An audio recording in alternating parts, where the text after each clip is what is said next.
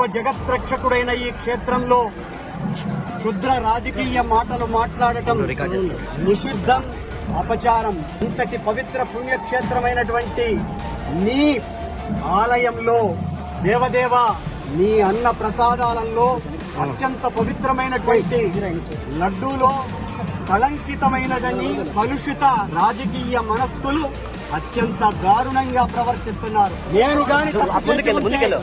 నేను తప్పు చేసి ఉంటే నేను నా కుటుంబము సర్వనాశనమైపోవాలని, నేటిలో నేను రకమైనటువంటి తప్పులు కలిగి ఉన్నా సర్వనాశనమైపోవాలని ఆ దేవదేవుని ప్రార్థిస్తున్నా.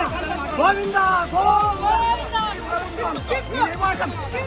రాజకీయ మాట కూడా మాట్లాడాను. తప్పు చేసి ఉంటే నేటిలో నేను పదార్థాలు కలిపి ఉంటే మా హయాంలో ఏ శిక్షకైనా